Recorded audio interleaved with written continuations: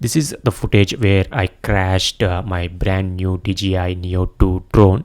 I didn't see this wire in the fields, and I crashed it here in the fields where the fields having some water, and it went through the water went through the body of the drone, and there was some particles, I mean the little particles from the fields inside the propellers of the drone. I cleaned up everything. I heated up the drone. I also managed to heat up remove the water from inside the drone body, and as you can see here, everything looks clean, and the battery is intact. It doesn't, the water doesn't get into the battery. It looks as super clean. After attaching the battery to the drone, here I am trying to connect the drone with the DJI Fly app.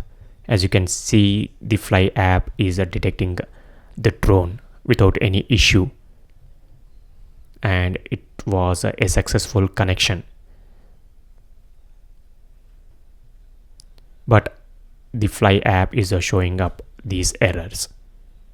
So I did my research, and I found that I may have to do the IMU and compass calibrations, which were successfully passed without any issue.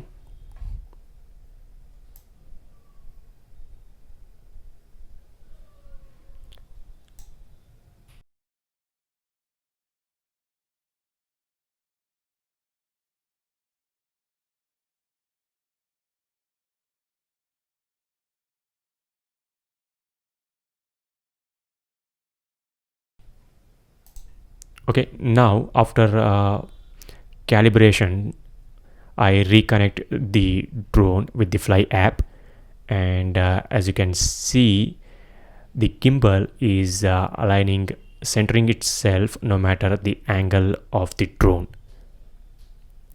So there is no issue.